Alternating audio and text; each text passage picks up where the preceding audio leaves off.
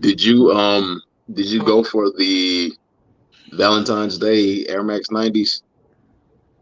No, I have. I couldn't tell you the last 90 I went for. Not because I got anything against them. Right. I just haven't gone for any in what seems like forever. Oh, shoot. Let me go ahead and open up the YouTube stream so I can at least see if anybody jumps in there. Otherwise, I'm just going to be looking at you the whole time. The You know how that notification goes. went out because I got the notification, so it definitely went out there. Yeah. And now just give people time to start jumping in there, all that good stuff. It went out. Oh, because I got mute. Is that, Oh, there is go that me? BX. Oh, hey, yeah. BX is there. Look at that. What do you know? He tends to pop up, Right. He's in That's the everybody's life. man. I think he might be not real. You know what I mean? So, Brooklyn Foams, the but like real this, oh Hugo. god, now Chip's here. The Allen Islands. What's going on? Chip. Hello to all the people out there. Appreciate you guys stopping in. Salute to the 381, fam. Salute the real E BX. bubble, everybody in there. BX, of course, Brooklyn Foams. I was just talking to Brooklyn Foams. Was that this morning? Because he made okay, he didn't make a joke, but I read it as a joke. So, so I was like, oh, is that like a pun? He's like, what? B- Like, oh, BX said he's everywhere. because he said like he was talking about my Kane figure, and he put the fire thing on there, Right. and so being Kane and fire, it's like, oh, so no, okay, cool, that's fine. But hey, it is what it is. See, it's one of those comments that I like to get from time to time, not just like that other crap I get barrages of or whatever. But yeah, y'all keep going strong, of course. And BX says he's everywhere. Your excitement about that W from sneakers was refreshing. Okay, I don't know about that, so I've apparently missed something. Oh, it was it was a post that I recently put up on IG. I think it was like yesterday or something like that. Um that's funny. Okay, I'll have to. I don't. I'm really bad with like the Instagram thing. Like I'll post stuff, but it's like I'll post things and then I'll just walk away. You know, like I need to start putting time in there to like interact with like the other people, because then I feel bad. Like somebody will like say something and I'm like, oh man, I don't think I've acknowledged one of their things in like forever. So then I go and like Right. pictures and stuff. Like I think I'm bad on Instagram because I don't have like I don't know when the last time I took an on foot picture. And like my Instagram is about shoes. I'll post about shoes or I'll like post like shoe related things, but I won't post anything about my shoes, which is I I mean, don't know. everybody else is, so like be different. Do what makes sense Right. to you, right? Yeah, yeah. Hey, oh, and he's DX said he sent you okay. that pack. That sounds suspicious the way he puts that. I was gonna say But I'm just thank you. that's not a I will say conversation thank for the you. internet. But hey, OG Kicks, what's going on, man? No, he just posted a video, but I haven't. Man, I'm behind on my subscriptions again. I need to start working my way through all that. Been listening to a lot of Jim Cornette. But so tonight, got us a special guest here, Mr. HomeGrown Kicks. Some of you guys might know the name. If you don't, you will by the end of this. So you might remember it was in December. It was actually exactly 3 months ago. I did this same thing with JJ, December 16th. So I had to look something up on there to double check something. And so now here we are sitting back with Homegrown Kicks. I'd wanted to do this earlier, but kind of lost track of some time and whatnot. So what can you do? And sooner or later, I'll work my way around with other people. But today, we're just going to sit down, talk with him a little bit, see kind of what makes him tick. Not necessarily like an interrogation, so to speak, but more like just a standard conversation. so that way the people that don't know you, they kind of get to know you. Because to me, and I could be, the minority in this, right? But I generally feel like if you know a little bit more about the person, it might make you a little more inclined to pay attention to what they're doing, right? Yeah. So when I see people showing off a little bit more of their personality in their videos and stuff, and I get to know them, like, oh yeah, I can definitely watch more of this guy. He and I are on the same page about some stuff, rather than it just being some random dude with some random shoes, right? So, and of course, his links and stuff are in the description and all that, so you can go ahead and find him down there. Do you have anything that you would like to say before we get on into this, Mr. Kicks, Mr. Homegrown Kicks? So, in order to answer BX, the Air Max 90 Bacons, I am absolutely in love with them. That is one that I am intrigued to see how the packaging is going to be. It is a cult classic, an OG cult classic. So that's always a plus when you find a shoe that you like, that you can actually have a possibility to obtain, and it's a cult classic. So yeah, I like the Valentine's Day Air Max 90s as well. I had to basically take a knife and put it through my hand and pin it to a table to keep me from hitting that purchase button on sneakers today. But hey, I'm a big fan of it. All right, then there's that. So let's go ahead and get on into this. Now, if you guys, some of you guys might have seen the thumbnail, could maybe make out the picture in the background. It's one of the landmarks, by my standards anyway, of Atlanta, which is where Mr. Homegrown Kicks is from. So is that where you, well, I'll let you answer that. Are you from there? Have you lived there, born there your whole life, or what? Yeah, I am solely from the state of Georgia, born and raised. I grew up in the city of Decatur at first, and then around like 9 years old, I moved into the inner city of Atlanta. So, but by Atlanta standards, even if you're from like Macon or somewhere, you're from Atlanta. So, yeah, I mean, having been through there a number of times, like living close and whatnot, and going into that city, it's like you think that you assume you're in Atlanta, and you basically are, but you're in like Dunwoody or something, or some other little tree whatever, because everything's got peaches in the title. And it's like, so unless I'm at the masquerade, I'm not 100% sure that I'm in Atlanta for sure. You know what I mean? It spreads out that big, but I get it. I get the whole thing there. So the east side or west side of Atlanta? I grew up in the east side of Atlanta. So I'm an east side guy. As far as at this point now, I'm more closer to like the west side, but hey, I'm east side all day, every day. All right, cool.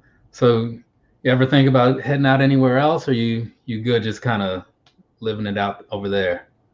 I would love to explore.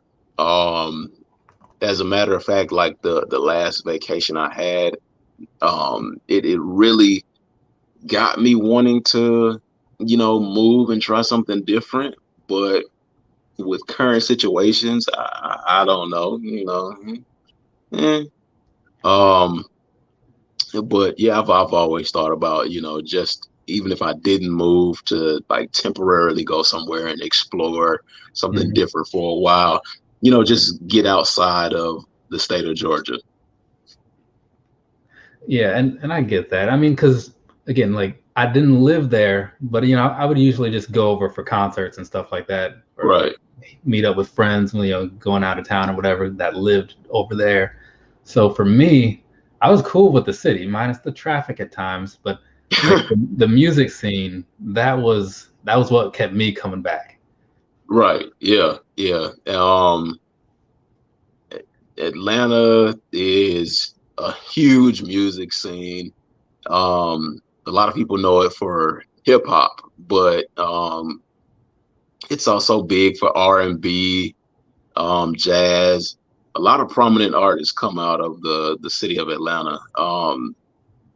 I can't remember what year it really exploded for Atlanta, but when it boomed, it boomed. And then of course everybody remembers the infamous Freaknik. Um, if you don't know anything else about Atlanta, you know Freaknik. And Yeah, if you don't, that's because if you say you don't, that's because your wife or your girlfriend is sitting next to you and you don't want her to know that you visited and saw all of the what's happenings and whatnot's going on. Underground Atlanta, it was a huge thing. Um, I mean, it's just a lot going on in Atlanta, and an underrated city by many standards, but it's definitely home, something that I definitely am proud to say I'm from. yeah. Um, Off the top of your head, how many Waffle Houses do you guys have down there? Because I've seen one on like pretty much every corner. Um, but but no, seriously, like Almost as many Waffle Houses as Chick-fil-A's. because like that was I don't know if those are I know those aren't everywhere, so I don't know who all goes Oh to those. no, they are Like, everywhere. but No, your assumption would be no, correct. They're I'm everywhere. saying geographically, like Oh, other states. But living there, that was kind of like everywhere we were or wherever we were. It was like after it was done, whatever that it may have been, it's like, hey, so you guys trying to go to Waffle House? Like, you know where the closest one is? Like, off the top of my head, no, but we can look it up or head any direction on the interstate or right. probably just walk down the street until you see Just one. close your eyes, walk 5 yards, and turn to your left, and you'll see a Waffle House. Right, right, exactly. And so, and switching things up just a little bit now, I don't know if it was something that you developed growing up over there in Atlanta, but I know you've made mention to speaking a little French from time to time. Where, Ah, where yes. did that come from?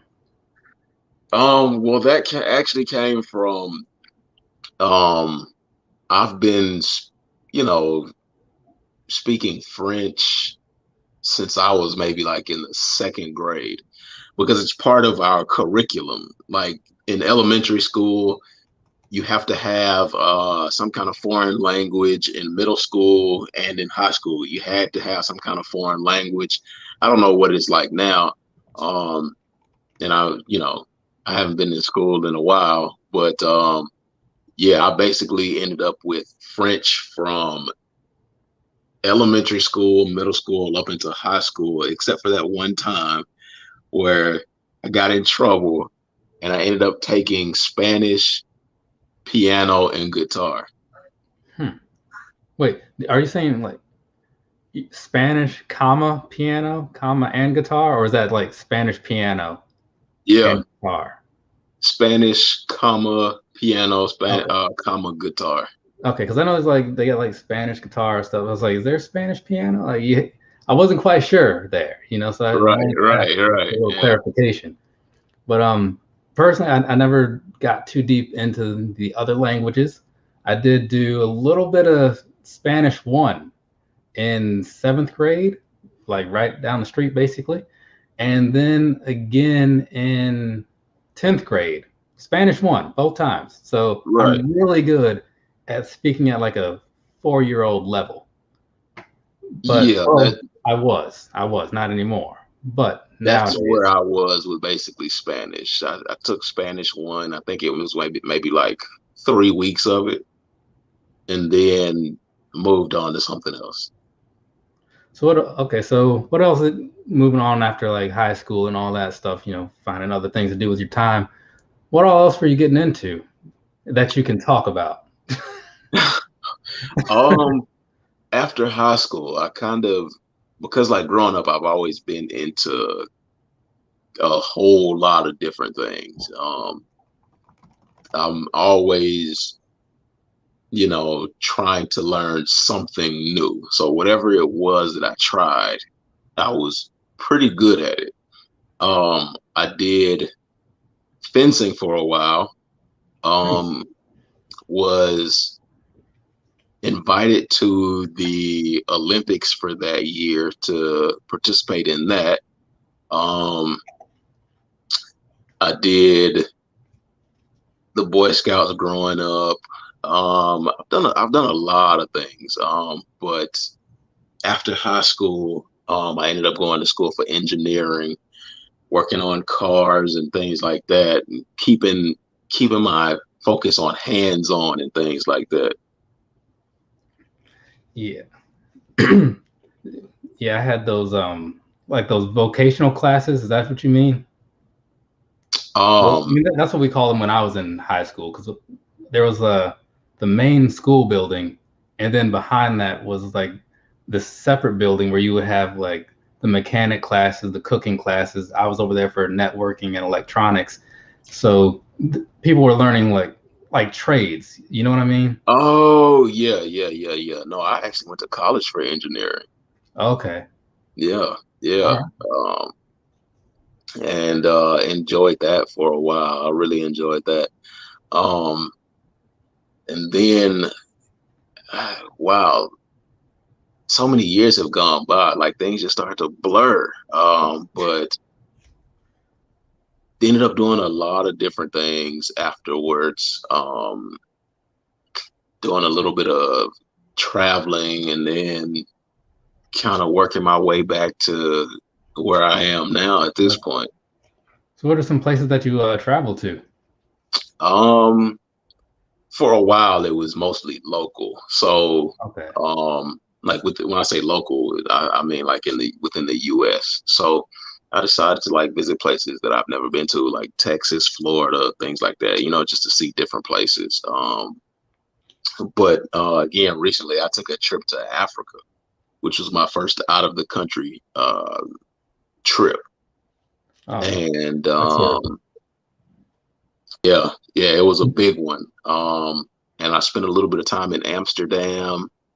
And it was wow, wow. You definitely going outside of the US, you definitely get a different perspective or point of view.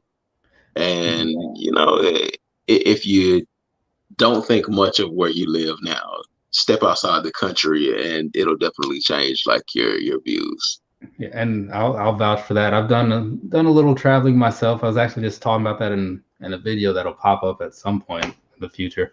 But getting out there, seeing things other than the States or whatever, because it's like you can, like you said, you can go over there, and sometimes it'll make you appreciate certain things.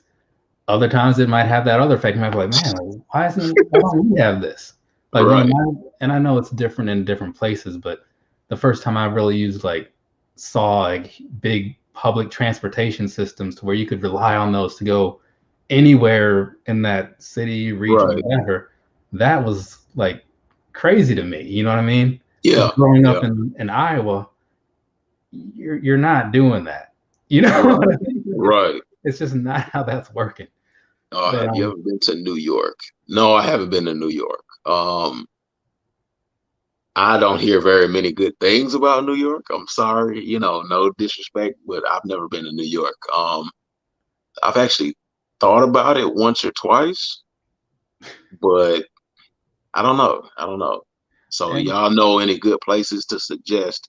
Maybe I'll, actually visit. so I'm sure BX and Brooklyn Phones probably have something to say about that. But but for me, like now I don't want to like generalize the state because I know that it's a whole state and I can't judge it by like the one particular part that I've been to for like that couple Right. days. But we were, and I can't remember where exactly we were, but it was relatively close to like the Times Square and stuff. Because I remember like somehow we took a trip down into the city to see all that and stuff.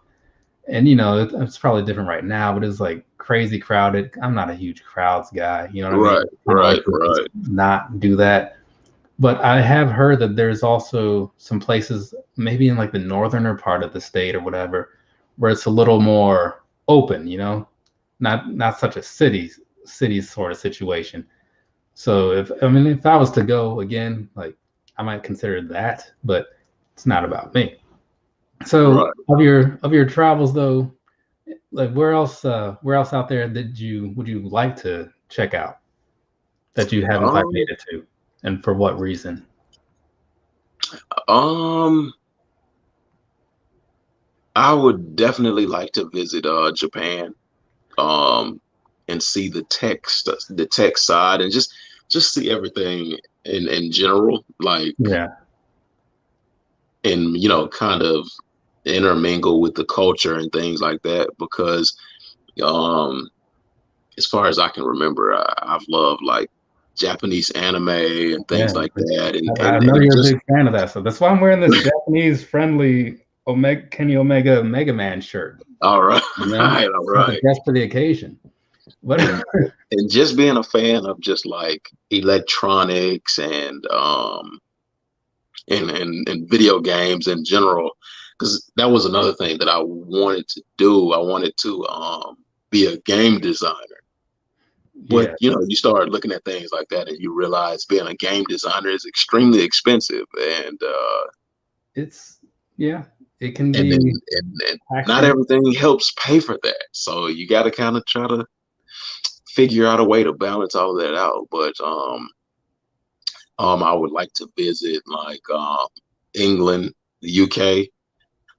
It's just something interesting about that whole culture, the whole Yeah, environment. That's pretty interesting, to me. Um, France is another place. Of course, okay. I've spent like a good majority of my life learning the language and never really had an opportunity to use what I've learned.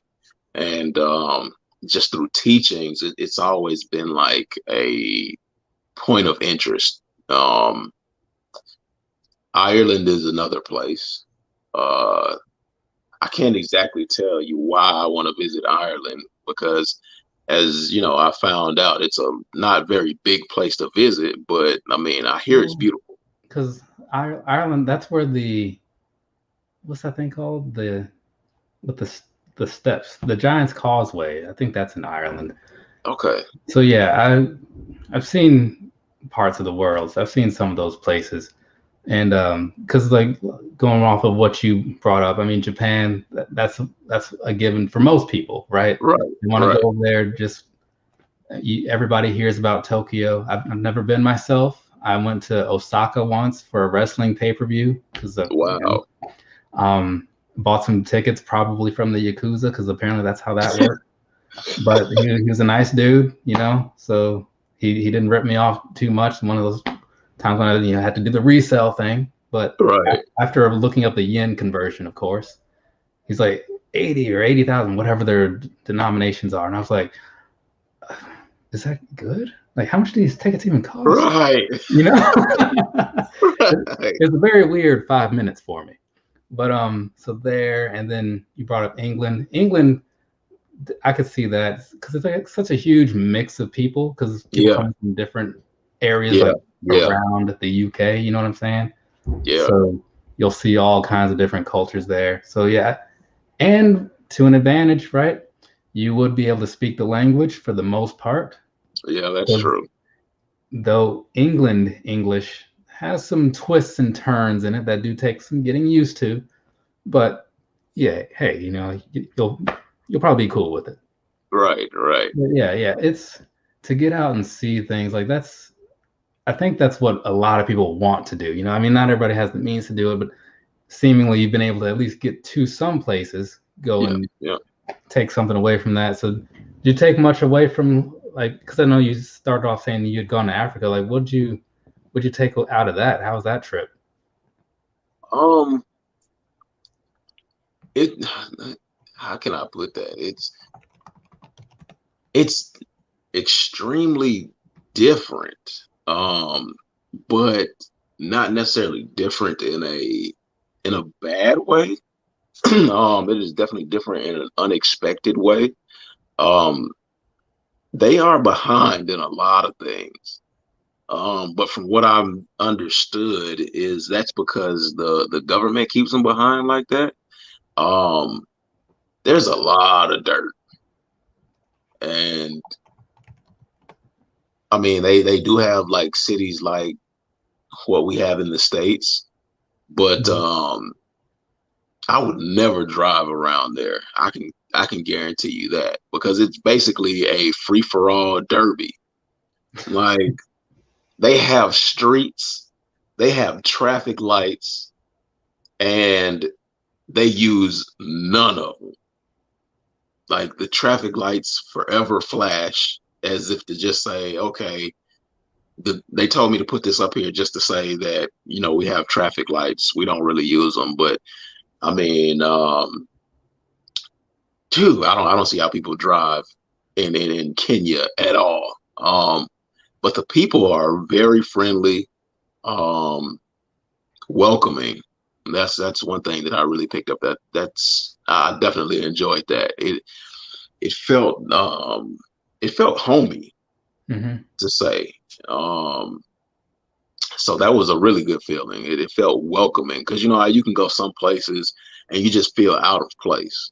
Right. Yeah. But going there, even though I didn't know the language, and really didn't know anybody, people were very welcoming. Now, a lot of people kept asking me if I was like Nigerian or something like that, but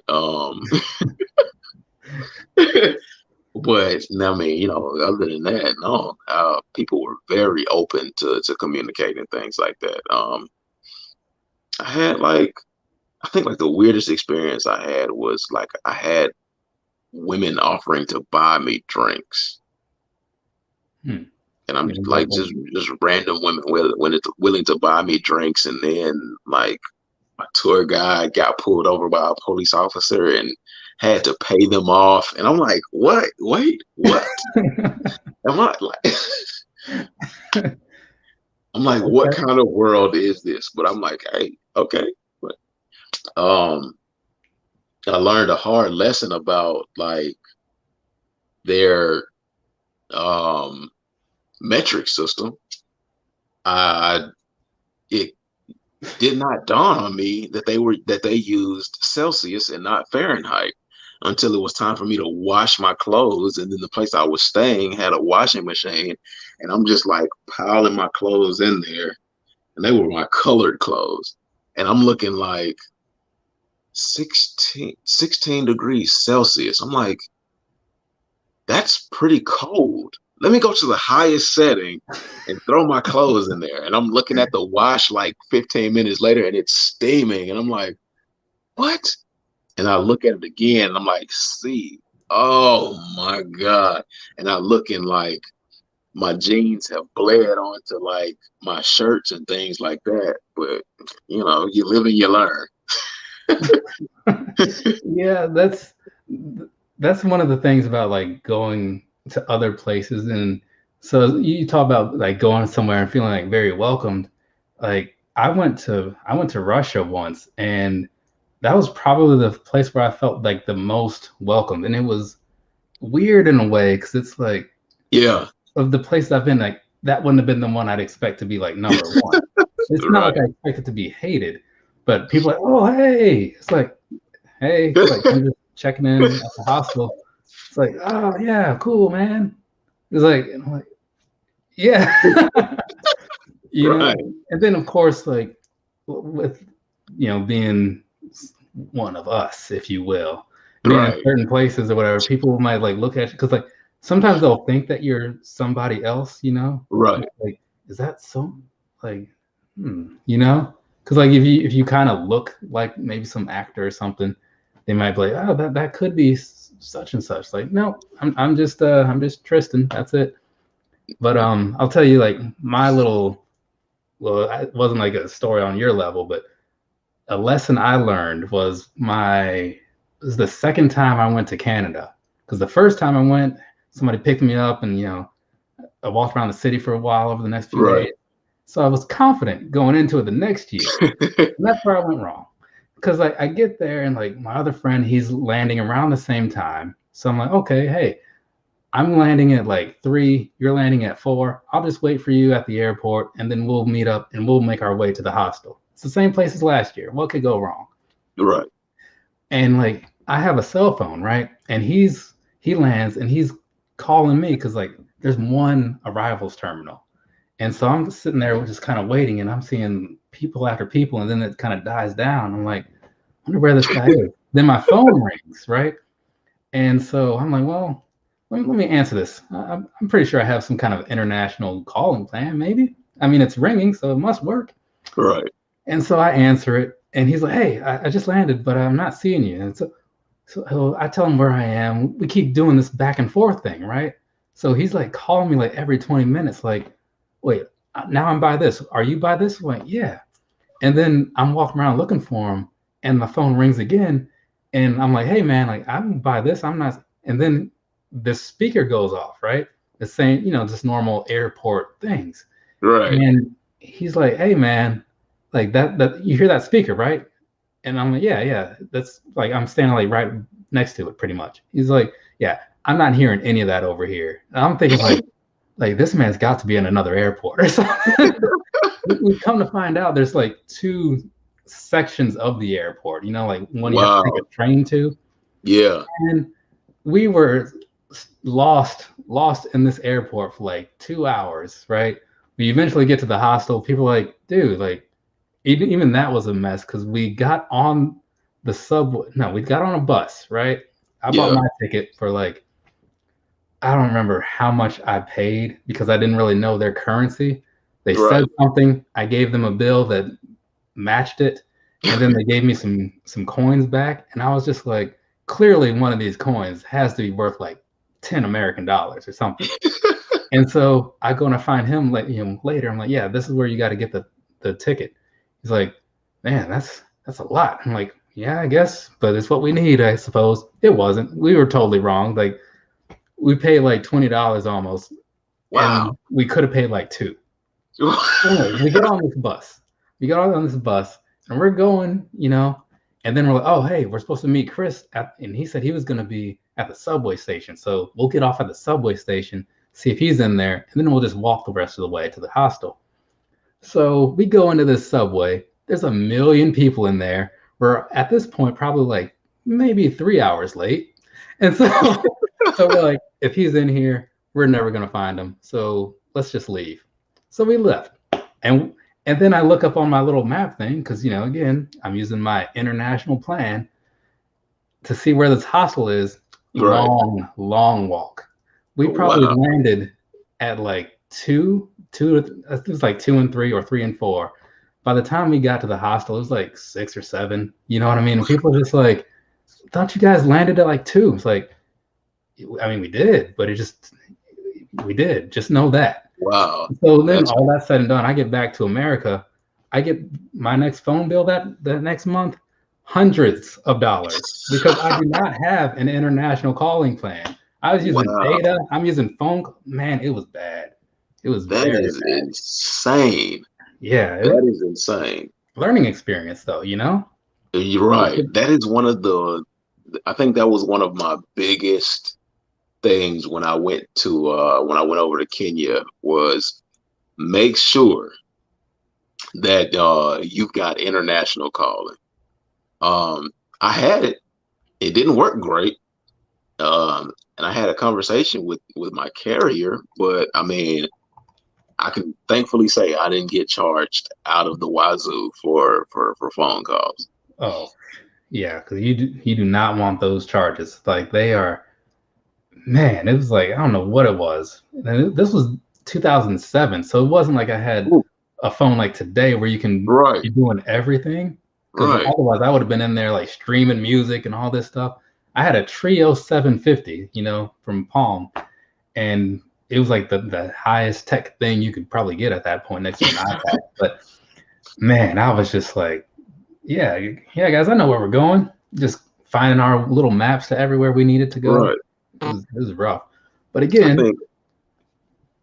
what was it? I think New York has an airport kind of similar to that at JFK. Because when I was coming back home, from what I understood, my luggage was gonna get sent straight through. Um, I get to JFK, and the first, roadblock I have is trying to get back in, check back in. I go through the international check-in, and I put my passport on the thing and put my finger on the thing, and then I see that big X go through the screen, and I'm just like, am I in trouble? So they walk me over to the police booth, and they're like, I'm like, what did I said? Did I make a funny face on the screen? And that's what messed it up. And the guy goes, well, no. I mean, we'll be done in just a moment. And I'm like, well, what is it? And he goes, well, there's somebody with your same name that's been causing a lot of trouble. And I'm like, whoa, look, hey, I guarantee you, it ain't me. After I make it through that, because I'm literally, what is it, 5 minutes away from like missing my flight, because like something had gotten I overlapped or something like that with the flight coming in. So I'm just like, okay, hey, I need to go. I don't have time to like sleep at JFK. I need to make it to Pittsburgh real quick, and this is kind of holding me up. So I get ready to go through, and this nice police officer, he stops me and he's like, "Where's your luggage?" And I'm like, "Oh yeah, they sending it straight through to Pittsburgh." And he goes, "Hey man, if I were you, I'd go over to the carousel over there and check, because a lot of people think that, and they end up with lost luggage." Sure enough, my luggage is over on the carousel, and like I'm counting down the minutes. I literally got 3 minutes left to like get to the terminal where I'm supposed to be, and not everything is like clearly labeled. And I'm like, oh crap, I'm gonna miss this. I'm gonna miss this flight. So I'm asking, I'm trying to, figure out, and people aren't really giving me a clear answer. And I'm outside of JFK where the buses are.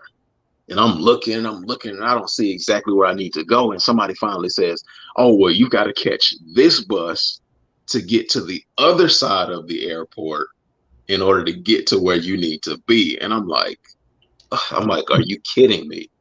Are you kidding me? So I'm on the bus, and lucky for me, the bus pulls up like in front of the plane. Otherwise, I would have completely missed that flight. Man. But I'm like, JFK, I don't want to do JFK again. Like, yeah, I think Brooklyn was saying in the chat, like, it's the worst. Like, and I had one of those kinds of issues. Like, I didn't almost miss the flight, but because I got there so early, that's the only reason. I had all this extra time to kill, right? Hours, but trying to get out of Vancouver, like, I think it was Vancouver, but some airport that I was in, at least on that trip, you know what I mean? Yeah. And it was just a mess, like, because I'm like, hey, this is my flight, like you're not going through this gate. So it's like, where is it then? Like, is this not? It says United. It's like, right. I mean, yeah, but like, we don't do that flight. It's like where's, like, I don't know, like, wow. Okay. So I'm like walking all up and down the street, because like you can leave the airport, walk up to like the next other section. But in the end, you have all these crazy experiences. I guess it's supposedly builds character, right? Yeah. I definitely learned a few things, and I was thinking that like airport food was expensive here. JFK, I bought a pineapple Fanta, and paid almost $4 for it. And I'm like, what? Yeah. I think I still have the receipt. I saved the receipt as like part of my memories and reminders of what not to do. Yeah. And I've been there. I'm not there like literally, but same situation in the Las Vegas airport, because I had a long layover after a Comic-Con, and then I was there, and so I put like $5 or put a couple dollars into like one of those slot machines because it's Vegas, Yeah. right? It's in the airport, and I ended up winning plus like maybe like $6 or something. You know what I mean? So I'm like, oh, that's cool. And then I spent pretty much all of it on a bottle of water and a Snickers. You know what I mean? Because that's about the going rate for that at the time. Right. That's why they let you win, because they know you were gonna get hungry Yeah, and it's they like, well, would he's get it been right sitting back. there. Probably somebody just watching is like, all right, just tell it to win now. So he's been sitting there for a while. But yeah, it's cool though. I mean, I do enjoy like the traveling and whatnot, seeing different places, kind of walking away with some different experiences. Not all of them great, but you know, we can have another conversation about all that stuff another time, I suppose. Right. But so like I was saying before, like you know, when you go through these different life experiences, whatever, it kind of shapes your personality a little bit. Because I noticed, like when I would watch your videos and stuff, it's like this guy seems like he's got a little bit of personality to him. Seems very comfortable in front of the camera and all that. So was there like a transition period for you, like from because I've seen some people and like they either start off kind of like a little more timid or they Yeah. just stay that way, you know. But was there like a transition for you, or have you always been pretty easy going with like the speaking, public speaking in a sense, or whatever you want to call it? Um, like with public speaking, Because yeah, 'cause I know some people like they talk about sitting down in front of the camera for the first time, and it's just like for me, I sat the camera down. I was like, I guess it's recording, and I just went right into it. You know, it's like got some Adidas Beavis and Butthead shoes today. You know, just start doing YouTube. um, like growing up, I was always the shy kid, or like the kid to never really say much. Like even now, I don't really say much, which is completely opposite from what people see on camera. Mm-hmm. But I guess that would just be like my inner personality coming out, and like my outward personality is I don't say much. I watch more than anything, but I've always been like energetic and had like a really high energy type of personality. But again, it's just like when it will come to other people and just putting myself out there, I was more reserved. And um, I'll never forget, like it started young when like teachers would tell me, project. Like you have a good speaking voice, project what you're saying and things like that. So it kind of took off from there. And like people just working with me on how I spoke and things like that. So, it kind of, I guess, polished me for, any kind of public speaking. Um, Now I had like, as far as like YouTube is concerned, I had another channel. I mean, it's more than likely still up. I've just made the videos on there private or whatever because of like the rules that YouTube started with like the whole kids thing and all Yeah, that, yeah. and fining and things like that. I didn't want to just like individually go through all of those videos and start checking them off, even though like because it was a channel that I hadn't been on in a while. Um, and it was like a gaming channel. Um, that was, I mean, it wasn't too bad to like get in front of the camera and like express myself. Like the quality was horrible. Um, because like I knew nothing of lighting and things like that.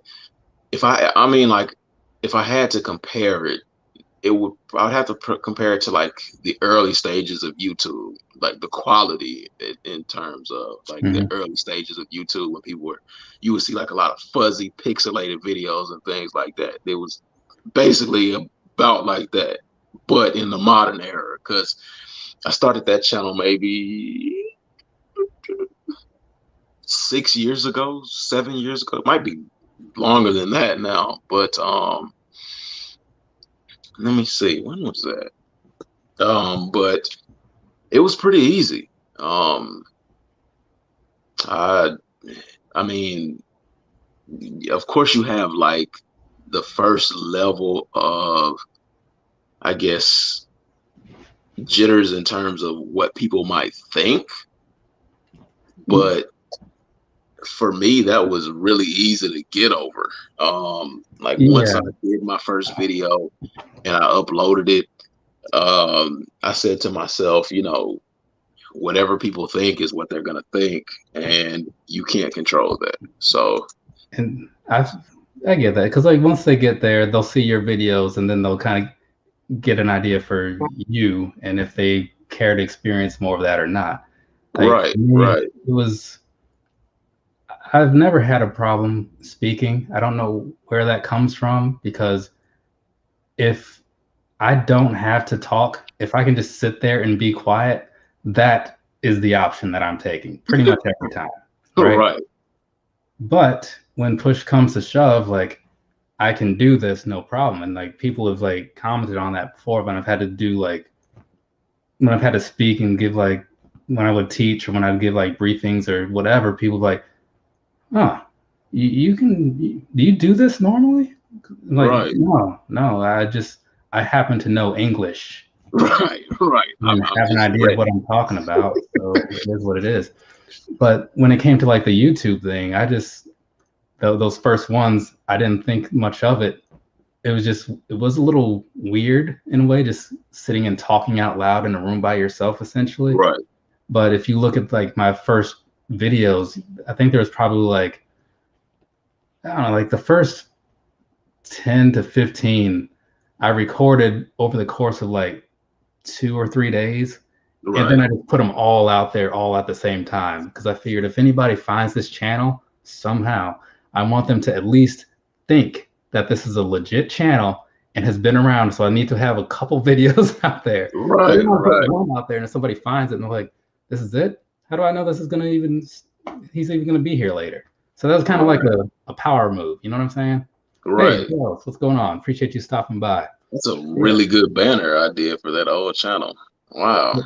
But Yeah, yeah, so that's what I did. I just put up a whole same thing that I do now. I've been doing that basically since day one, is right, bombarding the videos so that way right. when people get there, it's like, oh, okay, look at this. A handful of things to watch if they care to. Yeah, But, yeah. but So the I other started a part, gaming channel back in 2012. okay. So, Um, but what made you initially want to put yourself out there in the first place? You know, I mean, past just like, getting started and actually doing it, what made you think I need to be on YouTube? um, it, it was just like it was more so of a whim. Because I had spent a lot of time gaming and was really good at it. Like I was really good at Call of Duty, and I was getting like invites from legit teams, like legit gaming teams that were Mhm. on a national level. And I had already had a crew that I was running with, so I was turning them down. But a lot of them were telling me like, "Hey, you're good. You could record like your gameplay and and put it on YouTube, and people will watch it." And of course, like 2012, wow. I think I was hearing that around like 2010. So like YouTube was still kind of in its like infancy. And Yeah, I'm just like 2010, no man. nobody's gonna, watch YouTube. What is YouTube? Like nobody's gonna watch me play a video game. Like who does that? And how wrong you were. Yeah, yeah. I was incredibly wrong. So I'm like, I sat and thought for a long time as like I started hearing more and more about YouTube and people watching other people doing things, and I'm just like, YouTube, hey, I remember that. and then saw all the things that were going on. But I mean, I basically just kind of did it because I was bored, trying to find something to do with like my spare time other than just like sitting in front of a TV screen playing Right. games all day, and working and things like that. But so I jumped out there and did it, and things kind of fell off. Computers breaking, not being able to upload things, kind of getting frustrated with like the quality, because to a degree I'm a perfectionist. I think a lot of people are perfectionists when it comes to like things that they do for themselves. And I was getting frustrated. Like, you look at some of those, like my old videos on like that channel, they were dark. I'm talking about like dark.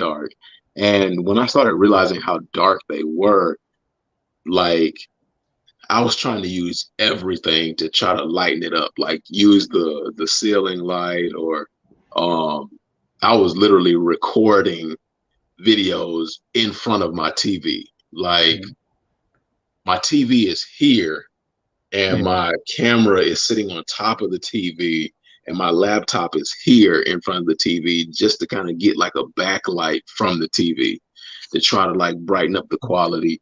Yeah, I was doing some of everything, trying to Man, be that's, inventive. Like, I mean, it's one of those things where you work with what you have, right? Like in the right, sense of like when I first started recording, same with I've heard from many people. I didn't have a tripod. I had a lot of shoe boxes though, so I stacked up enough shoe boxes to get my phone as high as it needed to be. I sat right, something on there to hold it up, probably a shoe, and then just hit record and was like, well, it right. looks great, and we'll see what happens, Yeah, Man, so I was basically doing some of everything, and then my computer broke, and that kind of ended that. And then I like, had that by not the time, happened, had your computer not broke and you just like stuck with it? Because I mean, obviously, you like this, you would have absolutely, improved over time, and man, like, because it's again getting into any channel basically like 10 years ago, right, you would have been well before any booms. You know what I mean? So you would right, have been like one of the founding fathers in a sense, right. in that realm or whatever. So that could have been cool. But I know where you're coming from, because like when I was younger, I was into drawing, right? Because like Right. apparently I was just really good at it. But you are often your own worst critic. So I was always like, Yes. I mean, Yeah. it's okay. People are like, oh, you Yeah. should draw more. But then later I got into like the computer art, right? Like, getting in there, just kind of doing computer graphics and stuff like that. And this was on in the Windows 3.11 days. So I was in there making Whew. pictures, pixel by pixel, of like different like characters and That's stuff like that. dedication. That is So, serious oh yeah, dedication. that's like you zoom in, you do a bunch of stuff, you zoom out. But yeah, okay, zoom in. I was doing that because again, this was like '96, and so I had all these pictures that I had made and stuff, and then the computer crashed, and I just lost everything. Justice Hindsight, League better than Avengers. EW, the lies you spread. Never, never that. but the hindsight now, it's like, given that that's fixing problems is what kind of pays my bills nowadays. I look back at that and I'm like, man, I probably could have fixed that computer in like the time it takes me to make some hot chocolate. But Right. had I not lost that stuff, I probably wouldn't have lost my smile, so to speak. Shout out to Shawn Michaels, Yeah. and I would have kept on going with it. Yeah. Maybe that means I would have the shoe thing would have maybe that wouldn't have happened. Maybe I wouldn't have got as into wrestling. Who knows? But it's one of those things where you kind of think about it sometimes, like what you Yeah. would have done. Now, as far as the art side of me, that's where the music comes in. But so you did that. You went on. You had the gaming thing for a while, kind of fell through, and so then a few years later, you decided to Yep. kind of put your foot back in the waters, and Yep. now here you are, Atlanta YouTube sensation, Homegrown Kicks. But Hey, but we'll there's get more there. to you. But there's more to you than just that, because I know going by the videos, you also, like myself, you put out things that you're into, which is one of the things that I personally suggest more people do. Right. Because I get the whole thing of like, if you build up a fan base for one thing, they're going to show up for that one thing. Yeah. But at the same time, if you start with a couple things, then people kind of see more of you. So yeah, yeah, I think it's good. I think what you're doing is great, right? Because you're putting yourself out there and letting people know, same reason we're doing this, like, hey, yes, I like these. I can talk to you about the new 90s all day, but I can also break this stuff down for you. right. So speaking on some of those other interests you have, and I don't know where they all rank, but I do know that Power Rangers is a top pick for you. Like, Yes. where did some of those other interests come in? Like, when did you get them into some of those? Like a lot of my interests come from, you know, me as a kid. I don't, to be honest, I don't think I ever grew up. I just got taller. um, like I don't. A lot of people say they lose a lot of the passion that for things that they had as a kid, but I can honestly tell you the things that I had a passion for as a kid are some of the things that I still have a passion for. Like cars. I love working on cars. That's like one of my biggest passions. As far as, you know, the love of hands-on things.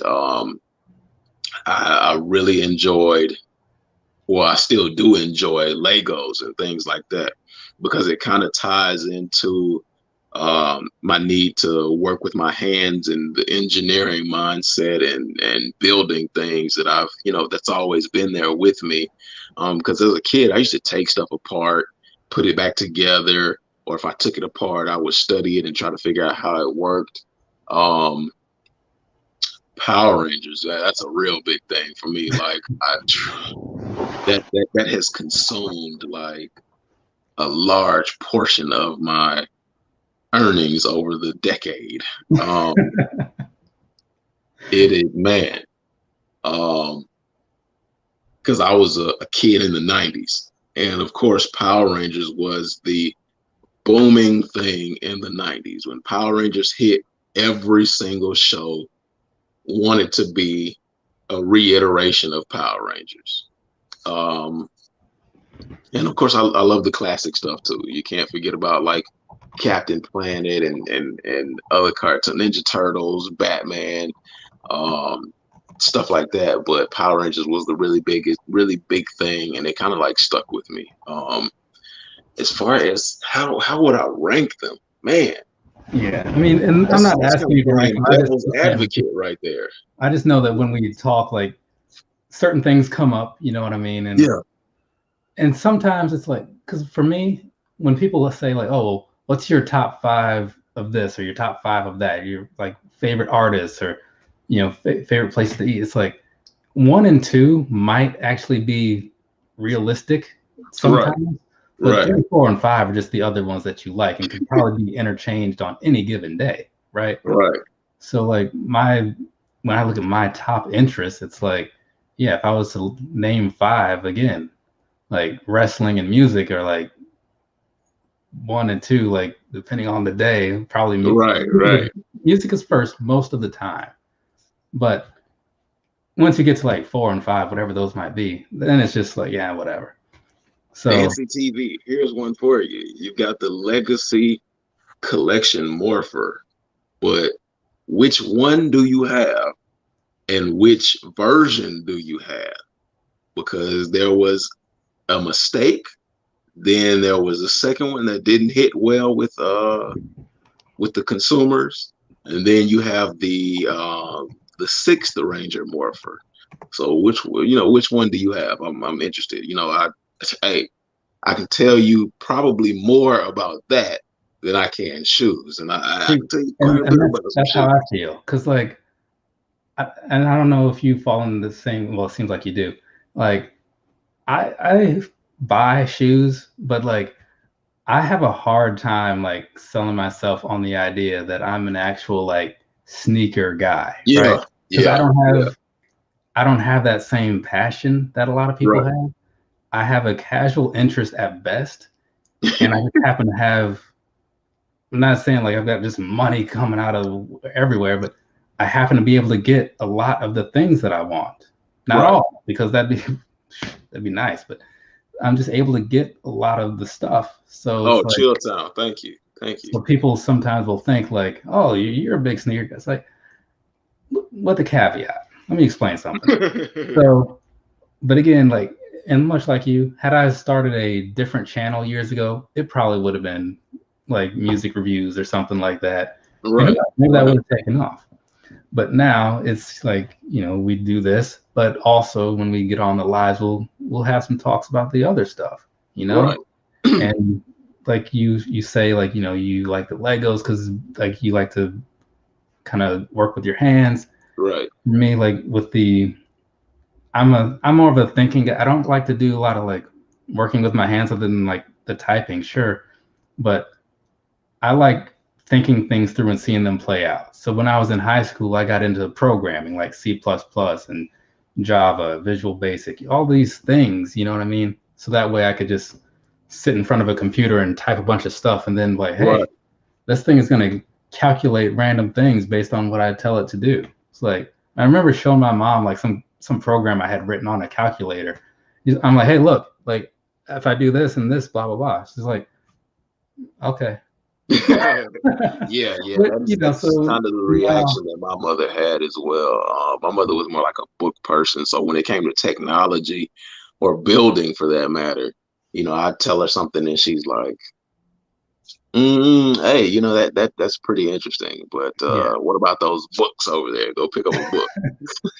right. And that's the thing, because like that stuff, as dry as it can be to a lot of people, it's like I still watch a lot of my tech podcasts and stuff. Like Yeah, I'll sit there going over like different exploits and things, and it's like I can watch that stuff all day. I can listen to someone talk about like the next Jordan release for like 10 minutes. Jeezy, what's good? After that, it's like, dude, they come out Saturday at 10. It's gonna be Right. hard to get. We get it. But Like the crazy thing about shoes is honestly, I wouldn't even call myself a sneakerhead. I mean, I guess if you look at the volume, if you're gonna classify me by that, then like okay, yeah. But I've always liked shoes. I didn't even know it was called a thing to like shoes. Because like I've said before in like a live or two, um, like I would go to like a Foot Locker and buy three pair of all white low Air Force Ones and then buy three pair of mid Air Force all white ones and just to have six pairs so when one gets messed up, to a certain degree, I'd have a fresh pair to put on. And then of course I'd have like a pair of Nikes, of course, and then I'd have a pair of Adidas and a few pair of Reeboks. Like everybody is familiar with the 2 for $89. So I had tons of 2 for $89 Reeboks. I could probably like stack them to the ceiling or whatever. But um, and I didn't like knowing what I know now. And I really got back into the whole shoe thing like in 2016 when I met like a coworker of mine. But knowing what I know now, like by definition back then, I would have said, okay, yeah, you're a sneakerhead. But to me, all it was like I just like shoes and I just like them to look nice. yeah, and see that's the so I would put you much like myself in the casual, because I think I just said this in a review of, I don't remember which review it was. It was one of the Yeezys. So probably like the Ash Blues or the Ash Stones, but I just said in that review, it's like I'm not really like what you might think, like Right, I buy right, the ones that I like because I like to be comfortable, right? right, So, and I like to try new things out from time to time. So when I see like those those Ultra Boosts I was showing you before we went live. Yeah, Like, yeah. those intrigued me because it's like it's a known technology that it's cool, like in the Ultra Boost, but Right. with a slight twist that I would usually rely on the Air Maxes for. So I want to see what this is all about, and it worked out pretty well. Yeah. So stuff like that like gets my attention, but I don't have that true passion to be like, oh man, like I want to like go out there and I want to like see everything and talk about everything. Like I'd like to go to like the sneaker cons, but only because only if it's in a place where other people that I know can get to. Right. Like, if there was one in Atlanta, I could count on like a handful of people showing up. Right. In the neighboring states that I know. Like Right. McFly might show up, Dells might show up. You'd probably be there because you're probably like around the corner from it. Yeah. So I could go over there and I could hang out and talk to you guys. But then again, like when I do the reviews, I don't have a lot of information to give people. I talk about the visual and just kind of leave it at that. What is your favorite Ranger, Brooklyn Foams? Oh yeah, he had asked that a few minutes ago. Give me just a second. Yeah, appreciate you guys throwing some questions in there and stuff, whatever wants to come up. Because again, it's just trying to sit down with people every so often and just kind of get their names out there. So maybe some of you guys have never heard of HomeGrown Kicks, and now you do. So you can go check out his channel. If you, again, like, is it like Dancy? Because from a distance, I thought that said Darcy, but like Dancy TV, the Power Rangers thing, like he's a big Power Rangers guy. So you might want to go on over there and check out some of his Ranger pickups or whatever. And, you guys can talk about that stuff. Even if you don't like the shoes, you can find something else to talk about, right? Because I have people that subscribe to me just because I talk about wrestling. Go on, AWOL. What's going on, man?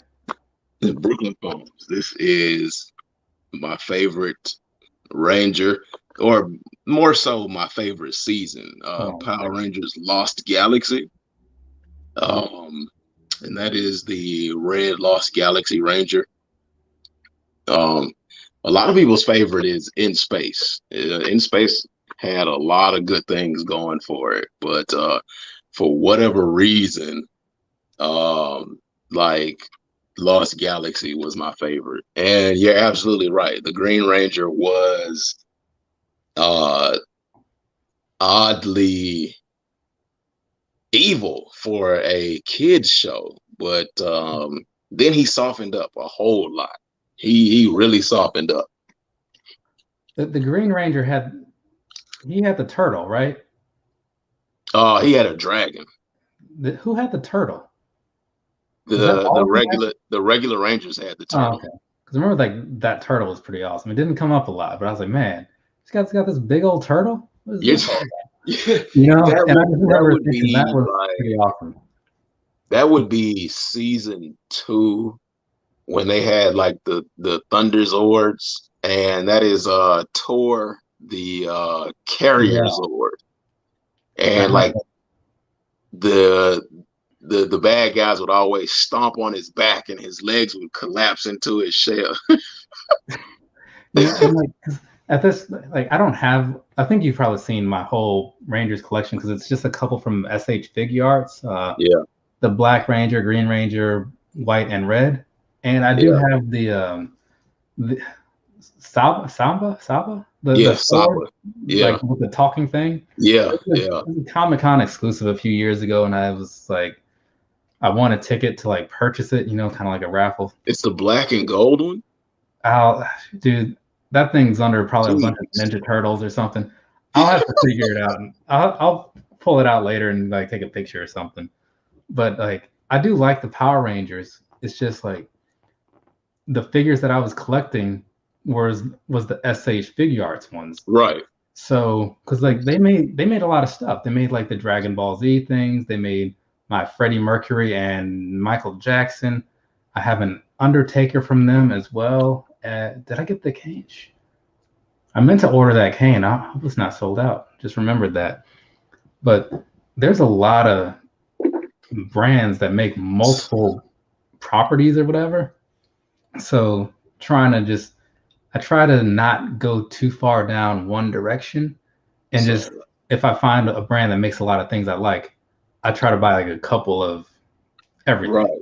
So E-Dub, like before I show y'all like one of like the prize things of my Ranger collection that I Here, picked up. you hold down E-Dub, for a second. I'm gonna see if I can find that thing I was talking about. E-Dub and Chilltown. I got something for you. I mean, y'all holler Voltron, you know, I got you. You know. Yeah, hey, there you go. A little something for the Voltron fans too. Like you can't. I agree with y'all. You cannot like Power Rangers and not pay homage to some of the OG mechs, which paved the way for Power Rangers to be created. I also, what else? I've got like some of the newer Voltron that they did about 5 years ago with DreamWorks. I've got that one as well. So I was a huge Voltron fan. I just wasn't born in the right time frame in order to get all of it. And a lot of like the OG stuff is really hard to get a hold of. So um, and piece together for that matter. So yeah, I don't have very many, but hey, I do love some Voltron as well. Oh,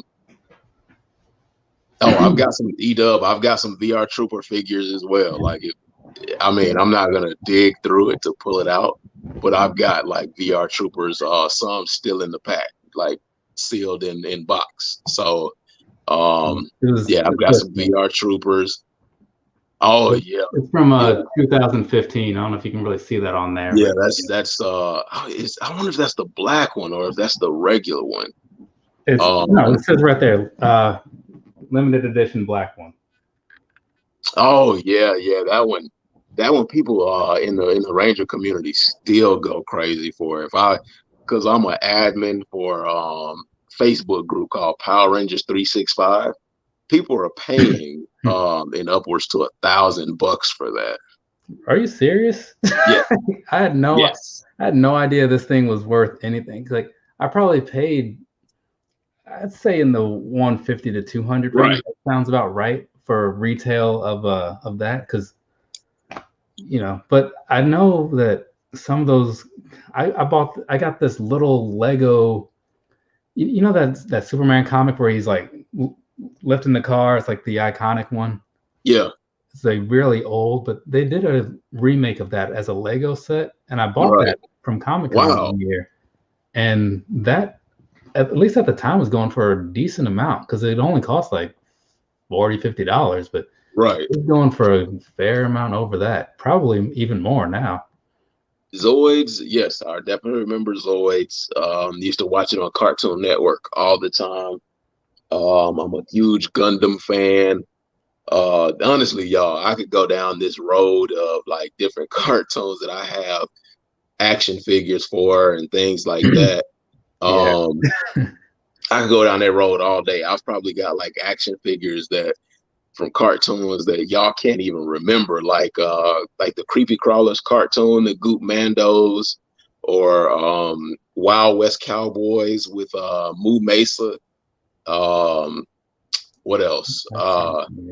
The Peter Pan cartoon a long time ago. I've got figures from that. I've got like Ninja Turtles, Batman, Bucky O'Hare. I've got figures. Yeah. Bucky O'Hare is how I discovered that like not every town around here has the same channels. Right. We were down at my mom's friend's house for whatever reason, and I just like, so you can go in that room and watch TV. So I was just like flipping through the channels, and I saw a Bucky O'Hare on, and I was like, because I'd always seen it in the TV guide, but over Newport News, we didn't have that particular channel. Really? It was like, because you know how like there's some channels that are like they'll show a lot of the same things around like the region, like, but every so often there'll be something that you don't get. Right. So I remember seeing Bucky O'Hare in the TV guides, but I was like, oh, that's on that channel we don't get. But I caught like a couple minutes of it one day. Let me see. Bionic 6.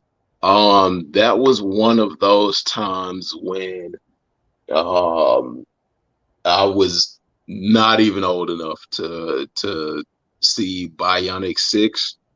Um, Superhuman Samurai. I do have the mechs for Superhuman Samurai. I have Servo as well in the box. Yeah. I'm telling you. Were you a Silverhawks guy at all when you were younger? I don't think I was old enough for Silverhawks either. Oh, okay. I think I was introduced like some of that stuff. I was introduced like by my uncle. Like because my uncle had like some of the original Voltron with the plastic bubble that you close on top of the figure.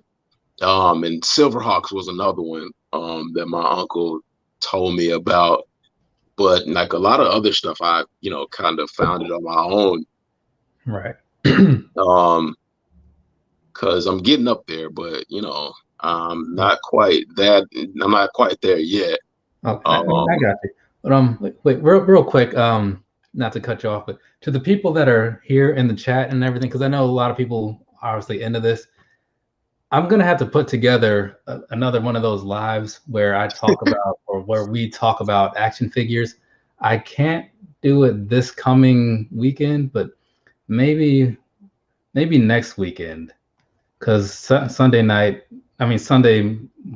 afternoon, I'm supposed to be going out to eat with some friends of mine, and then Sunday night is a pay-per-view. But maybe next weekend. So if anybody that is in the chat right now wants to jump in and talk about action figures and stuff, show off some of your collection if you have any to show off, or just talk about stuff like we're doing now, we'll have a dedicated time for that probably next week. Because it's been long overdue. I picked up a fair amount of things worth like going over. Yeah, see, EW, he knows. EW, I had Double Dragon figures as well. I donated those to the Goodwill because my mom said I had to like get rid of some of my stuff. She was like, I had too much.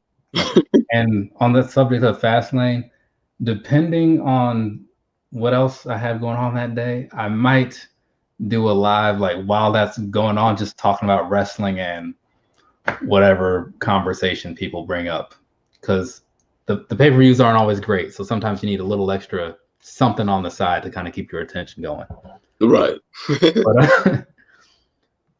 But man, it's like you wish you could have kept. Yeah, like I'm sure most people feel like that. Now I have a lot of friends that have somehow been able to keep a lot of theirs, and then I have just as many that they've been lost to yard sales in the 90s, right, early 2000s, whatever. Here's one: Biker Mice from Mars and Exo Squad. And sometimes, like, I wonder, because for those of you who like, depending on how much information or how much attention you put into this stuff, like for people like us, obviously me, Homegrown, Jeezy, we tend to know oftentimes what are like the chases and things like that, which figures might be a little more rare. And so it makes me wonder sometimes, like when I was getting all these new Ninja Turtles in the 80s, 90s, did I happen to have any where it's like, oh, well, this Michelangelo, like he's got a different style belt. Like I probably didn't even notice, and because I'm just a kid. But that it could have been like some $100 value figure. I could have traded that to get the next video game or something. Yeah.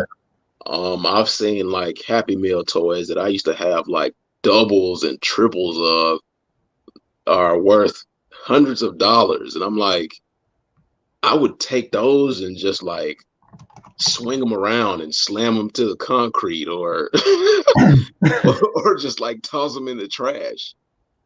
Yeah, man, it is crazy how much of those things. Like I'll see random stuff like sometimes what is it? There's over in Virginia Beach, like which isn't too far from here, probably about like 40 minutes to an hour, depending on how far into it you're going. But over there, like there's two stores that I kind of follow a little bit. And so I'll often see them posting like these random pictures of some old thing. It might be like, oh, these are some cups that you could get from Hardee's with Garfield and the Peanuts and stuff on them. And I'm like, oh man, I remember those. My aunt had a couple of those. Like, oh, here are these California raisins, blah, blah, blah. Oh, yeah. Those. And it's like, those things are so iconic in some ways, you know what I mean? Right. Maybe to a smaller group of people or whatever, but that smaller group of people, they mean a lot. You know what I mean? Right, right, Just for the memories. right, right. At the time, for me, things like that were just so insignificant. Like toys were flooding in all the time. So it was just like you break one, you get another one. You break one, you get another one. Like the little GI Joes, I love the GI Joes, but like the one thing that I used to really love to do with them was because they were a 3-piece action figure. It was the legs, the waist, and the upper body, and all of that was held together by like little black rubber bands. And like Oh yeah. I learned that when you twisted them, they would spin around really fast. So most of the time I would end up twisting them to the point where like the rubber band would snap. And then of course, by that time you're thinking, oh, it can't be fixed. So you just throw it away when all you had to do was just replace the rubber band. I've thrown away, man, I was looking at Netflix has a series called The Toys That Made Us or something like that. I've And I'm heard of looking at it. like that show and seeing like the value, and I'm like, wait a minute, I had that, but I just being Yeah. a kid. It's crazy how like, because much like, you know, in the whole sneaker world, it's like the price people ask for stuff, people will complain like, oh, I can't believe these are selling for this. It's like, no, like it's the people that are buying it that's the Right, real problem, right? right, And right. so I look at some of those things and I wouldn't, I'm unlikely to do it nowadays. And Yeah, I might have to post a picture later, but I remember buying a Chase He-Man universe figure. Like this was probably about 9, 10 years ago, something like that. right, $20 figure. I paid probably like after shipping like 270, 280 for it. Because he had a different colored belt, you know? right, And that was all the justification I needed. right, I was like, oh, this is a pretty good deal, you know? right. And I thought nothing of it because that was also when before I started going to like the Comic Cons and stuff. So I was just like paying what made sense, you know? Right. I And hate to think about He-Man. Oh my gosh, I hate to think about He-Man yeah, I because got I had like one right here. the He-Man figure that came in a transitional period for the action figure line. So it was kind of like something that wasn't supposed to be, but it ended up being anyway. And it was the He-Man with the heart pumping action, where like you press a button on the back and you can see his heart pump. Huh. And thanks to the Toys That Made Us, like that figure is worth more than like it's a hundred. It's at least $100 or more figure, and I just never thought anything of it. That's crazy. Like this is one that I've dent. No, that's within the bubble. You know, a little dent, but that's like on the inside of the bubble. Nothing I can Right. do about that. But this is a That anti-Eternia is so He-Man. crazy. It's like that's what it looks like. You know, it's just with the glare. Right. But it's because I had it displayed on my desk last year for Black History Month. I get it. I get it. Yeah, I so get it. I was like, yeah, let me bring this guy in. That'll, you know, just set the tone here. But yeah, this I don't remember what it was an exclusive, but it was one of those. I want to say I got it from Maddie Collector. I think you remember Maddie Yeah. Collector, I'm sure. Yeah. Yeah. I want to say it was one of those orders where you just kind of had to be quick. Be there. Yeah. Because I'm pretty sure it came outside of like my Comic-Con ventures. Pretty sure. E-Dub, here's a real Teenage Mutant Ninja Turtles game for you. The Teenage Mutant Ninja Turtles ice hockey table. Who has one of those still? I do. That's who. Why? Because it was just a part of my childhood that I just couldn't let go. Apparently, this He-Man is going for about 150 now. Yeah, yeah. Like He-Man, new and old, are going for a pretty penny. And I tell you, like, I fell into like that whole rabbit hole a while ago, and it took me years to get out. So I do my best to not go back. So you might recall, I don't have any of the figures near me, but in 2002, 2003. They restarted the He-Man line with like the Yes. 2000X series. I think it was the Yeah. Yeah, Four Horsemen did that line. And I bought one or two of the good guys. Then I was like, well, let me buy one or two of the bad guys. That's how. And then it spiraled out. Yeah. Next thing you know, that's when I bought that $260 Battle Fist. Used to be called Fisto, but they had changed the name for, I think, trademark reasons. But I ended up getting that whole line, I'm pretty sure, minus vehicles. So I had to buy a lot of them from the Philippines because some of them are regional releases. Pat, I have that too. But then later on, when that line finally finished, is when the whole Matty Collector, Motu Classics came along. Right. And I started buying those. And then they're like, oh, hey, you can just get a subscription. So me being me, I was like, you know what? I'm gonna get 2 subscriptions so that way I can like open up and display some, and Frankie, then was good. Maybe later I'll sell some or trade them or whatever. Man, that line went for years, and like I thought it was just gonna be like a figure a month for a while. No, they got to the point to where it's like, oh hey, you got to get Titus. He's the 16-inch figure for this quarter. It's like, what? Oh yeah, the giant. I see those figures at my mom's house sometimes because like they're very recognizable boxes. Oh wow! For a while, like when I had a lot of stuff in storage, I was just having stuff sent to her house. Right. And my dad was like, "Man, like I didn't realize how much stuff you have here until like I was looking for this particular box the other day. Like it's crazy, isn't it?" It's like, yeah. And I have a whole bunch of it here in this unit. So that Titus one is a sought after figure. Yeah, I have one or two of them. I don't know. Yeah. And I think I have the Spirit of Hordak somewhere. That's one of the cool ones. Looks like kind of looks like a wax sort of figure, you know? Yeah. Translucent. Let's see. I remember. Wow. I do remember. Sneaker Lover, what's going on, man? Glad to see you. The Ninja Turtles, old Michael Jordan. Wait, I have the TMNT old Michael Jordan 23 turtle with the harness. That is, I have never heard of that. He's talking about it's Donatello, and he's got on a red jersey, and it's got 23 on the back, and the basketball is green. Yeah, one of them was a baseball guy. Yeah, Raphael was a baseball player. Okay. I've got all of those. Yeah, I've got those too. Yeah, it's funny, like, because I'll still see some of those figures once in a while, and I probably there's a lot of accounts that like when I post like a Ninja Turtles picture, and like I'll see like I'll get these 1 and 2 like obviously Ninja Turtle fan accounts that like will like a picture, and it's like, man, like I want to pay attention to what these people are doing, but I know that it's not in my best interest. You know what I mean? Right. Like that's basically why I have boxed up a lot of my old collection and things like that, because as far as Ninja Turtles, for me, Ninja Turtles came before Power Rangers. So Ninja Turtles at the time was my Power Rangers. So I've got like the sewer play set.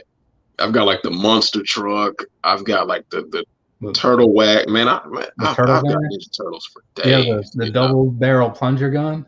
Yeah. That was one of my favorites. I don't know why. I just thought it was like one of the coolest things. Like I've got the submarine. The one thing that I had always wanted as a kid that I could not obtain was the turtle blimp. And that was because like those had like really huge production issues. So it was like every time I would see a turtle blimp on the shelf, I get super excited, go home, blow it up, and it had a hole in it somewhere. And you know, back then you couldn't fix a hole like that. So if it was a hole, it was a hole, and it goes back to the store. Remember Casey Jones had like the green weapons, and that's another thing. Like green backpack, and I see some things like, and it might have been just like, what do you call it? When they don't make a new figure, they have changes You know what A I'm saying? remastered type of figure. Yeah. So it's like, Yeah. because I don't even know if that's it, but like they'll make something it's mass produced and like then like, but if you buy like the next year, like they're still making it the same, but like he might have like different colored laces now for some reason. Oh It was, yeah, yeah. The random variants. yeah, 'cause Yeah. it's like it's Yeah. still within wave one of that Right. line, but Right. because like the ECW figures were big on that, like the new when they came out in like the '90s, but like the New Jack figure, there were like three New Jacks within that same wave, and one of them had like the noose around his neck, but it was like not painted or something like that. I don't know. Like it was. I watched a thing about it a while ago, That's crazy. That's crazy. but yeah, it's the action figure world is crazy because it's like everything that you were into, even if you don't buy like go back and buy the older Ninja Turtles. I have Ninja Turtles all around this place. There's another set over here, like from Loyal Subjects. Um, Ah, yeah. I have two of these because I love that set. I have the black stealth ones, and I have the gray battle damage ones, where they have like red scars. Yeah, yeah. And, The comic book version. yeah, and my mom, I bought her just like the standard green, so she has that usually displayed at her work desk. But yeah, there's so much stuff out there that like you don't have to play catch up. You can just buy something that's current. You know what I mean? The Spectrum series. Yeah, they did. They did do. And I need to get the. I saw the pre-order go up for the Wanda from WandaVision, like the Yeah, Scarlet Witch version, but I haven't seen the White Vision just yet. But like I want both of them. I'm not taking this one or the other thing. It's a package right. deal in my eyes. It's like Bebop and Rocksteady, Beavis and Butthead. I need them both. You know what I'm saying? Hot Nothing Wheels. on it. Yeah, yeah. I liked Hot Wheels. I had some Hot Wheels guys. It's just that like all my Hot Wheels, I stored them incorrectly. I had one big plastic storage tub, and they would rattle around in that storage tub. So a lot of Hot Wheels ended up scratched up, and they just weren't worth keeping. What's up with Batman? Batman was another one of my big ones. I've still got a few Batman items from my collection, but like a few years back, I sold some of those, like my 80s Bat Jet from the movie with Michael Keaton. I sold that. And the animated series Bat Jet, I sold that as well. Maybe I didn't sell my Michael Keaton Bat Jet, Like, but needless to say, I've got some Batman figures still. It I had to get rid of something. It was basically a question of, do I want to be buried in figures, or what? and I was just trying to think. It's like I don't have many. I think I have one Batman figure, like which sounds weird. Like, and it's not even like a real Batman figure. It's Right. from, that brand Kotobukiya? Like, No, I haven't heard of them. it's like KOTOBUKIYA. I think. I think now they're just like Koto. That's what they go by. But they make a lot of like figures where it's like they do a lot of like Asian twists on Right. figures. So Right. like I'll pull those out. Like I'll pull those out on the next thing. So I bought like a little set of some of the Justice League folks, Mm-hmm. and so I have, what is that? Cyborg, Green Lantern, Flash, Batman, Superman is in the back because that's where he deserves to be, and Aquaman. But like, so they're cool little statues. Like, Right. but like, and I'll have to send you a link later to like some of their store. I'm gonna have to They check just that do out. little twists on things. So for some reason, like I feel like I should have something else of Batman. I have two. Like I have a Harley Quinn and a Joker from Sideshow Toys. Like the little statue's probably about a 10-inch to 12-inch figure statue thing. I need to get a Batman figure, I guess. Eat up. Yeah, I do remember that. I wasn't a huge fan of that. I don't know why. It might have been like at a time in my life where Let's see. I was kind of moving on a little Man, bit from that and like focusing on something else. But I didn't really like the idea of Superman fighting the Hulk. That might have been like what kind of turned me off on it. Um, they've also done that with Power Rangers. So like Power Rangers is supposedly part of the DC universe somehow. Um, and they've also done like a merger where with Power Rangers and Ninja Turtles. I don't know if anybody remembers when they did like the live action show for Ninja Turtles, and it was horrible. It was I horrible I where don't they know had the anything about female that. turtle. I mean, if you're a kid watching it, I guess you'll be entertained. I think I was like a preteen watching that, so I was entertained, but like it wasn't that great. Right. Man, like, wasn't there something else? There was again, like going to the convention, I would hear about so many things because I used to read comic books when I was younger, and I still would like to. I just keep not making time for it. But Right. there was I don't remember what the whole premise was, but there was a Ninja Turtles and Ghostbusters comic crossover going for a little while, and that sounded pretty good from what they said. Now, obviously, the people that write these Mm, books are going to make it sound amazing, right. but it it was in just by the combination of things, it was like, okay, this is kind of intriguing. I want to I didn't see hear where this about might that. go. I was a huge Ghostbusters fan as well. I didn't hear about that. Yeah, I don't remember. Let's see, what year was this? And I remember like the original Ghostbusters having a big Uh, gorilla Maybe and 2018. trying to figure out how a gorilla had anything to do with catching ghosts. But yeah, I never heard about like the Ninja Turtles and Ghostbusters crossover. Let's I'm see. gonna have to look that up. Yeah, I was about to just do a quick Google search here, see what I can find. Do the quick the screen share option. Let's see, where is that?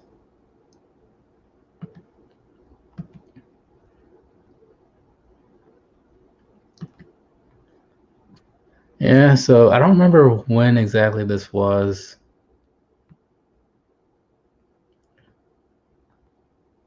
But yeah, I just remember them talking about it, and I was like, huh, I kind of want to see where this is going. But yeah, there's always some kind of crossover going in the comic book world. Let's see. Okay, because I saw the Batman versus Ninja Turtles movie the other day at Target while I was looking for action figures, and Mhm. I forgot that it existed until that moment. And I was like, I really need to put some time in and watch this thing because I want to see Oh, what okay. it's all about. This would have to have been recent, which would explain why um I saw Ninja Turtles with Ghostbuster uniforms on. Yeah, I Um, mean, but like oh, at this that was by that point, 2015.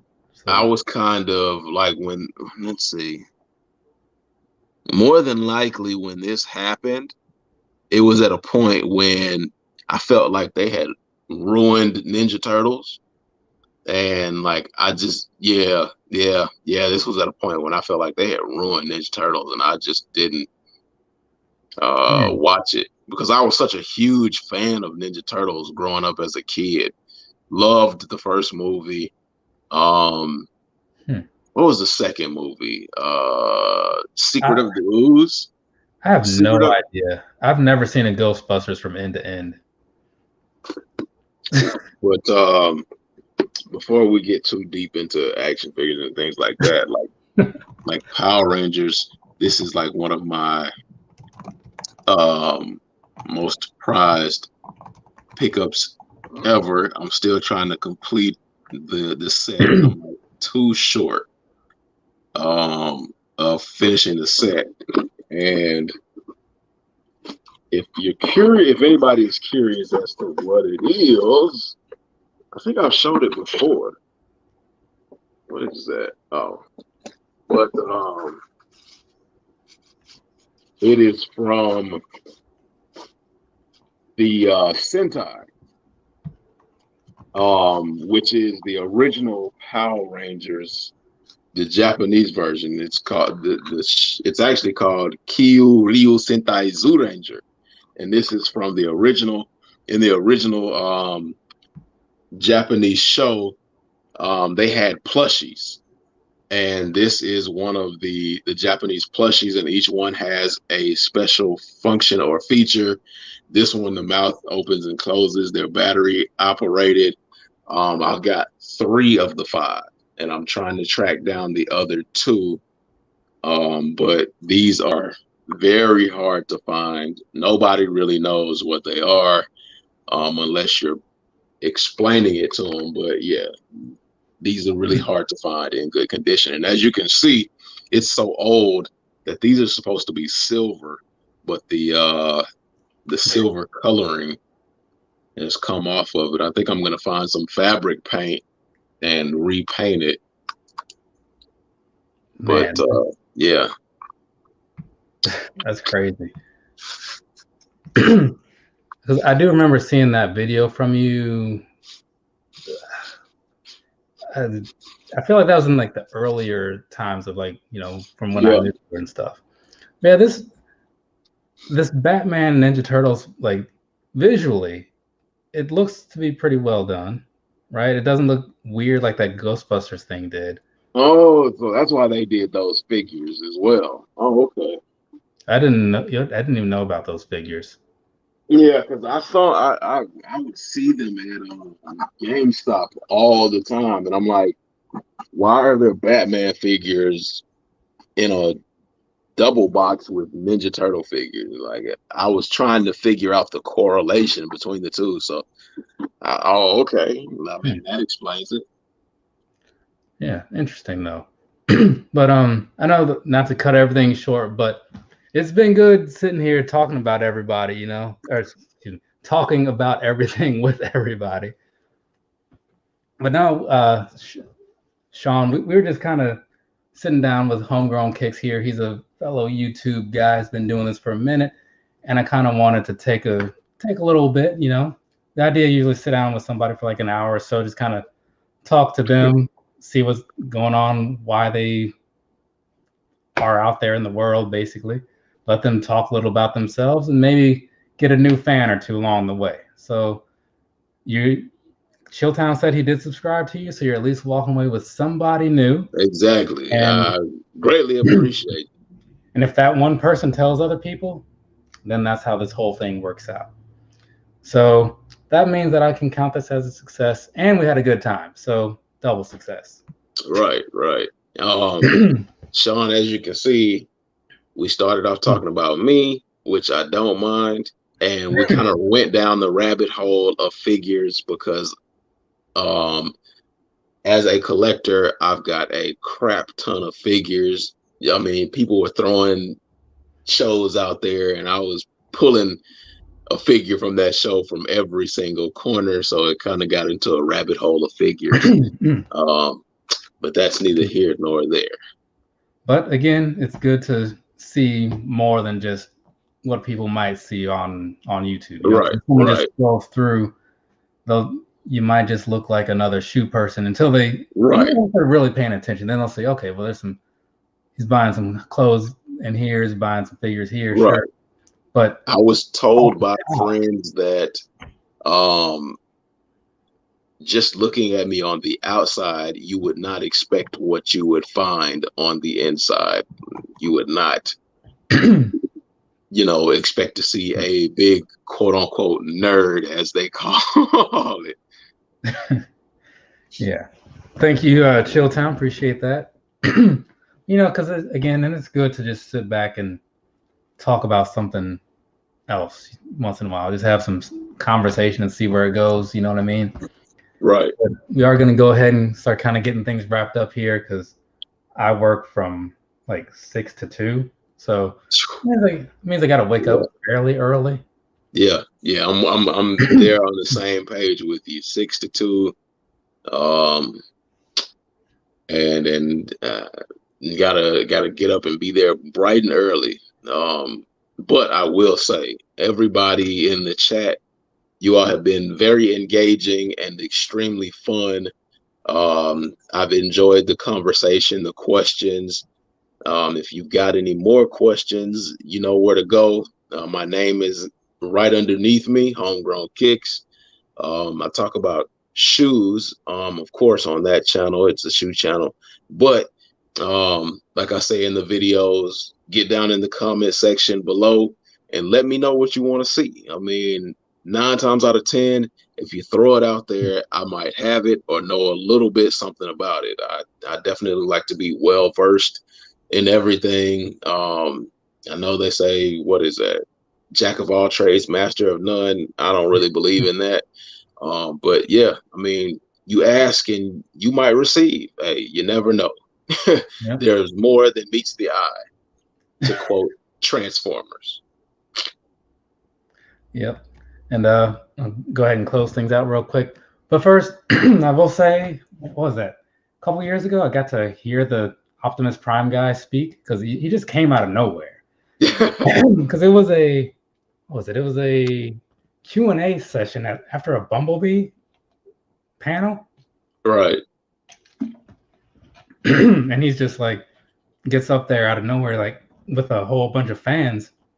So they just go from person to person. And then the next thing you hear is Optimus Prime asking why he doesn't have his own movie yet. It's like, wait, is that really him? And then the camera goes over. It's like, yeah, what do you know?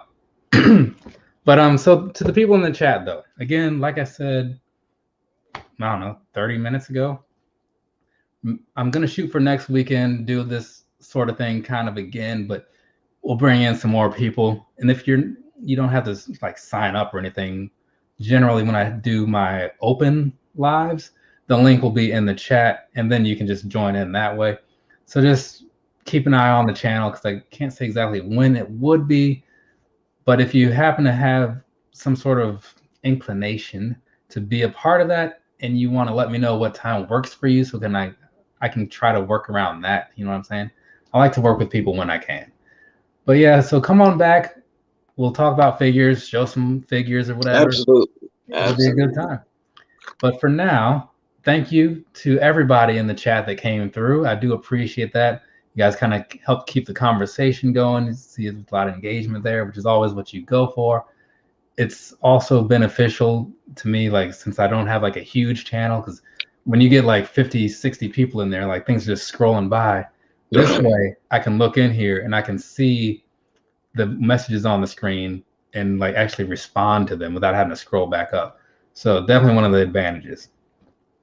And hey, me and my kicks just popped in. I was actually just mentioning you, and well, I did a review on something, and I was talking about wide-footed people, and I told people to go watch your channel and like ask you basically. So yeah, I don't remember what it was about. I think Air Max 97s. If you see an Air Max 97 video in a couple days, your name pops up in there. But to everybody, again, thank you. I definitely appreciate it. And of course, to HomeGrown Kicks, get him back on the screen one more time. To HomeGrown Kicks, again, thank you for giving me an hour and 48 minutes of your time. I had about 20 minutes of that from the pregame session, if you count before we went live. Definitely appreciate it, because him, all you guys, you could be doing any of a million other things right now, but for whatever reason, you're choosing to do this, and I am super appreciative of it. But for now, have a nice rest of your day or rest of your night, whatever it is, wherever you are. We're going to get this thing wrapped up, but hopefully we'll be seeing a couple of you guys back next weekend. Later, people. All right. Take care, everybody.